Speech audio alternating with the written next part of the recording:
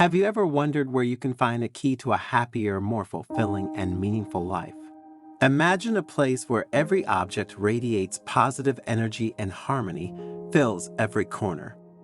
A place where every space invites you to rediscover yourself, offering inner peace and emotional balance. A refuge where you can let go of the burdens of the past, connect with the present, and embrace the future with hope. Well, this place is closer than you think, your bedroom often overlooked. In this video, through a Zen narration and Buddhist wisdom, we will reveal the 7 objects in your bedroom that are slowly taking away your life, and if you stay until the end, you will discover how to remove them to achieve mental well-being and prosperity. But before we proceed, we invite you to subscribe to the channel and enable notifications. This way, you'll stay updated on our new content for your spiritual growth. Amid the towering snow-capped peaks of Mount Fuji, shrouded in mystery, stands an ancient Buddhist monastery, home to the elderly monk Nakai. His extraordinary wisdom made him a highly sought-after spiritual guide, capable of offering comfort to those seeking a path to spiritual rebirth. One day, a group of pilgrims, plagued by doubts and anxieties, arrived at the monastery with a desire to meet Nakai.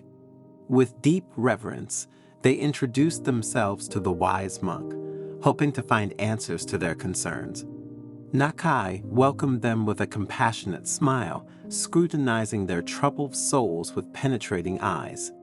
"You have come here seeking answers," he said calmly, "and I will lead you to the source of serenity that resides within each of you."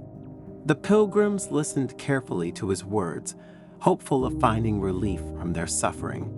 Nakai invited them to accompany him to this hermitage, a place of peace immersed in the wild nature. The air was filled with the scent of incense, and silence was interrupted only by the melodious singing of birds and the gentle rustling of leaves. "Your bedroom," Nakai explained, "sitting on a straw tatami mat, reflects the mirror of your mind.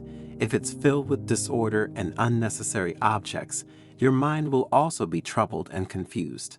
However, by freeing it from what is unnecessary, you will create space for serenity and abundance." The pilgrims looked at each other with perplexity. Could their bedroom truly hold the key to happiness? Nakai smiled understandingly. "Your bedroom," he continued. Thus, the wise monk revealed to the pilgrims the 7 objects that were hindering their path to serenity, the 7 elements that needed to be removed from the bedroom to restore inner harmony and well-being. The first object to be eliminated from the bedroom, according to the monk's wisdom, is the television, defined as a time and dream devourer. A pilgrim named Taro was struck by this revelation. His television was always on, a continuous flow of images and sounds that kept him glued to the couch until late at night. "But how can I give up television?" he asked, his voice trembling. "It's the only time I relax and forget about everyday problems." Nakai looked at him with compassion. "Dear Taro," he said, "television is like a thief that steals your time and your dreams. It fills your mind with noise and confusion, disturbing restful sleep and your connection with your true self. It may seem like a relaxing escape, but have you ever considered if it worsens the quality of your sleep? Try turning it off for a week and see how you feel more rested, focused, and at peace with yourself." Taro, though hesitant, decided to follow Nakai's advice. The first evening without television was a tough experience, but later he discovered the pleasure of silence and reading. His dreams became more vivid, and his sleep deeper and more restorative. He finally felt free from the whirlwind of stimuli that had held him back for so long. The second object Nakai focused on was the computer, described as a true digital intruder. Another pilgrim named Hana faced a similar dilemma. Her computer was always on, a gateway to a virtual world that distanced her from reality. "But how can I do without the computer?" she asked anxiously. "I use it for work, to communicate with friends, and to stay informed." Nakai reassured her with a smile. "Dear Hana," he said, The computer is a valuable tool. However, if you don't use it consciously, it can become an intruder in your life. The incessant notifications, the blue light from the screen, and the frenzy of the digital world disturb your sleep, hinder meditation, and create dependency. I understand that it may seem difficult to do without it today, but it is necessary if you want to live better. Try dedicating only a few hours a day to the computer at specific times and completely turn it off at least an hour before going to bed. You'll find that your mind will be calmer, sleep more rejuvenating, and your connection with the present moment deeper. Hana decided to follow Nakai's advice and began setting limits on computer use. As the days passed, she noticed that her mind was clearer, her concentration improved, and her productivity increased.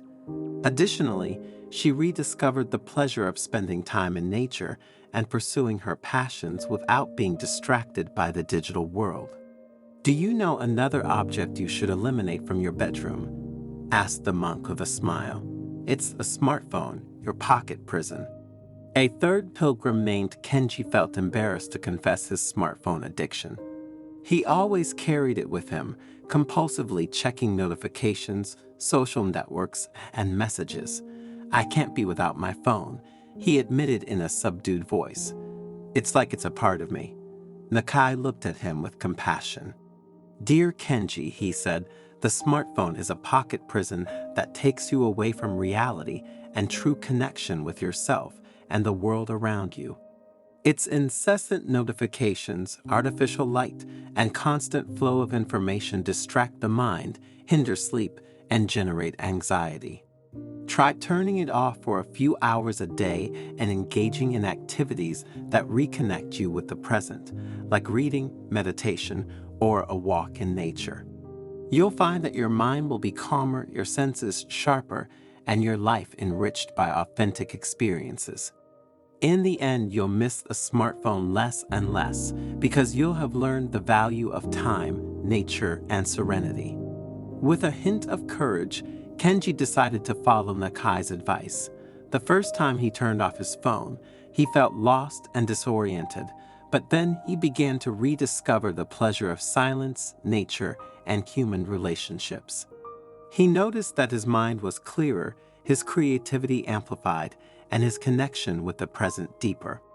"Broken or unused objects," the master continued, "are like ghosts of the past, so you would do well to remove them from the room where you sleep."